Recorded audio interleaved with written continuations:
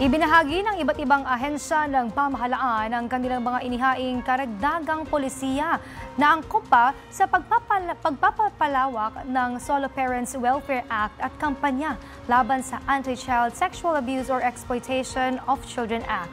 Si Kate Renya sa detalye magbabalita ng live mula sa Batasang Pambansa. Kate!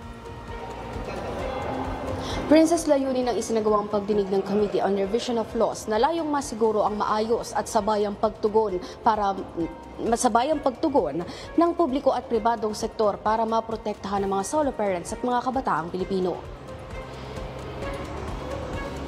Iniulat ng Department of Social Welfare and Development at iba pang concerned agencies ang kasalukuyang estado ng implementasyon ng Republic Act No. 11861 o ang Expanded Solo Parents Welfare Act. Sa kanilang presentasyon, nais nilang mapalawak pa ang suporta sa solo parents sa pamamagitan ito ng mas pinalakas na mga benepisyo, mas malinaw na proseso at mas maraming programang pangkabuhayan maging ang psychosocial assistance. Samantala, tinalakay rin ng DSWD, Department of Education at mga child protection organizations ang pagpapatupad ng Republic Act No. 1130, 11930 o ang Anti-Online Sexual Abuse or Exploitation of Children at Anti-Child Sexual Abuse or Exploitation Materials Act. Tumututok ito sa mas mahigpit na kampanya laban sa online sexual exploitation ng mga bata. Kabilang dito ang mas pinahusay na mekanismo sa pagre-report, koordinasyon sa law enforcement at pakikipagtulungan sa mga internet service provider para matiyak ang mas mabilis na pag-block sa mga illegal na material na nambibiktima ng bata online. Tinalakay rin ng Department of Education ang kanilang misyon sa mga eskwelahan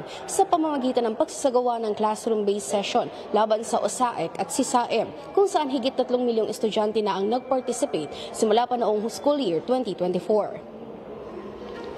Princess, nanawagan din ang ilang mambabatas sa mga concerned agencies na sana ay mapadali o gawing minimal ang mga requirements para sa mga solo parents para mapadali ang kanilang pagkuha ng mga benepisyong kanilang kinakailangan. At yan muna ang update mula dito sa Kamara. Para sa totoong balita sa Bagong Pilipinas, Kate Renya, Congress News. Inilatag naman ng mga mambabatas sa mga panukalang batas na naglalayong itatag ang Artificial Intelligence Development Authority. Ang detalye ihatid naman sa atin ni Jap Regala live. Jap. Princess, kanina nga ay tinalakay ng mga mambabatas ang mga panukalang naglalayong mag-regulate ng artificial intelligence sa bansa. Sa pagdinig ng Committee on Information and Communications Technology, tinalakay ang mga panukalang magre-regula, magpoprotekta at mamamahala sa artificial intelligence na anilay maaaring magdulot ng benepisyo o panganib sa mga Pilipino. Isinusulong ni FPJ Panday Bayanihan Party List Representative Brian Poe ang House Bills 252 at 1196 na naglalayong mag-develop at mag-regulate ng AI at magtatayo ng AI Development Authority o AIDA, isang komprehensibong legal framework para sa wastong pamamahala ng AI. Anya, layo ng panukala na siguruhin ang ligtas, ethical at responsableng paggamit ng teknolohiya. Mr. Chair, this bill is an act of responsible governance. It is a mechanism by which the Philippines can harness the transformative power of AI while still safeguarding our citizens and ensuring a secure, ethical, and competitive future. Kasabay nito, isinusulong din ni Surigao del Norte 2nd District Representative Bernadette Barbers ang House Bill 73 na naglalayong i-maximize ang mabuting paggamit ng artificial intelligence sa iba't ibang sektor.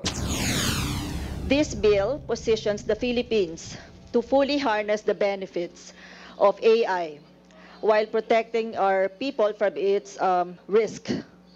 It ensures that technological progress is aligned with our values and that no Filipino is left behind in this new era of innovation. Suportado naman ng Department of Information and Communications Technology ang mga panukala.